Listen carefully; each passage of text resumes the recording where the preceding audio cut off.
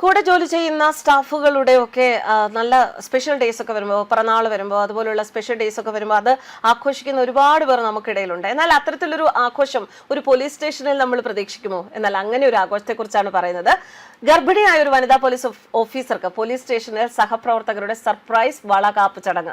Palakkad Mannarkkad police സ്റ്റേഷനിലെ civil police ഓഫീസറും Attappadi ധോണികുണ്ട് സ്വദേശിനിയുമായ P കവിതയ്ക്കാണ് സ്റ്റേഷനിൽ സ്നേഹമുഹൂർത്തം. 9 മാസം ഗർഭിണിയായിരുന്നു കവിത. കഴിഞ്ഞ ദിവസമാണ് പ്രസവ അവധിയിൽ പ്രവേശിക്കുന്നത്. സ്റ്റേഷനിൽ എത്തണമെന്ന് സഹപ്രവർത്തകർ പറഞ്ഞത് കേട്ട് അവിടെ എത്തിയപ്പോഴാണ് സ്റ്റേഷന്റെ അകം മുഴുവൻ ബലൂണുകളും വാഴയിലയിൽ വളകാപ്പ് എന്ന് എഴുതിയതും ഒക്കെ കണ്ടത്.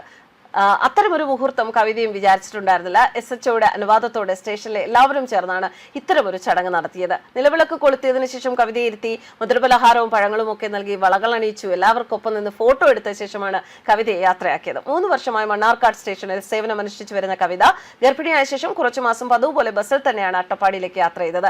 അടുത്തിടെ സ്റ്റേഷനിലെ ക്വാർട്ടേഴ്സിലേക്ക് മാറി. അട്ടപ്പാടി സ്വദേശിയായ നാഗരാജാണ് ഭർത്താവ്. വനിതാ ASIമാരായ സീന, ബിന്ദു, സൗദ, മറ്റു വനിതാ പോലീസുകാർ എന്നിവരുൾപ്പെടെ ചടങ്ങിന് നേതൃത്വം നൽകി. കവിതയ്ക്ക് സന്തോഷം നൽകുക എന്നത് മാത്രമായിരുന്നു ഇവരുടെ ഉദ്ദേശമെന്നും പോലീസുകാർ പറയുന്നു.